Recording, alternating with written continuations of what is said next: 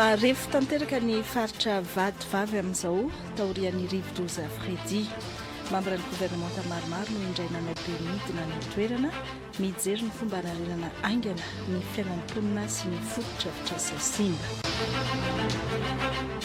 Miaraba tompo-klasy tompo-vavy manasanao araka ny fampalalam-baovao amin'ity hariva ity. Sahirana ary tena marefo dia marefo ny faritra vadivavy amin'izao fotoana izao. Tafarina kely tamin'ny Batsiray tamin'ny heritaona dia izao ravan'ny Fredy izao indray nandefa iraka ny toerana ny filohan'ny Repoblika Andry Rajoelina mambrany gouvernemanta vitsivitsy no any toerana amin'izao fotoana izao mijery akaiky ny zava-misy sy mijery ihany koa ny fomba hanarenana aingana faran'izay aingana ny fiainan'ny mponina sy ny fototra-fitrasa simba any amin'izany faritra vadivavy izany. Any toerana ihany koa ny namana mampionina Rakotoarsan miaraka amin'ny televiziona malagasy ao Mananjary.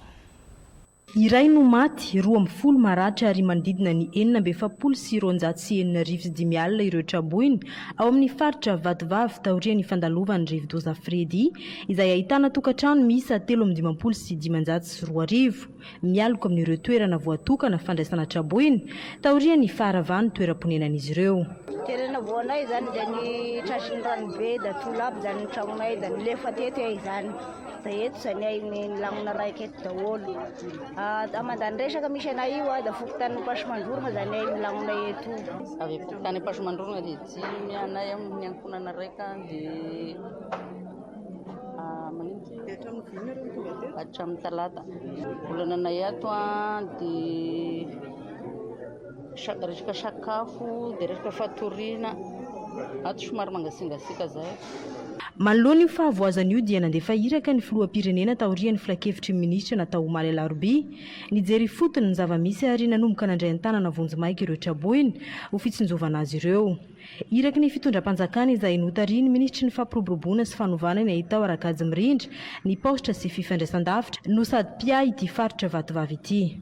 Marina tokoa fa mbola hitantsika eny takaitra tamin'ny rivo-doza tamin'ny heritaona dia zay moa no iraka nalefan'ny andriamatoa filohan'ny Repoblika Andry Rajoelina izay hitanareo eto fa eto ministre de la population, ministre de l'éducation nationale, ny enseignement technique professionnel hitondra fanampiana fa indrindrindrindra zany amin'ny ministre Piahaya dia manampy ny vahoaka eto an-toerana amin'ny fanarenana fa ity kosa zany dia soranan'Andriamanitra fa tsy mitovy tamin'ny amin'ny Batsiray fa hita fa le izay asa efa natao tamin'ny heritaona misy ny simba fa misy kosa no mbola mijanona.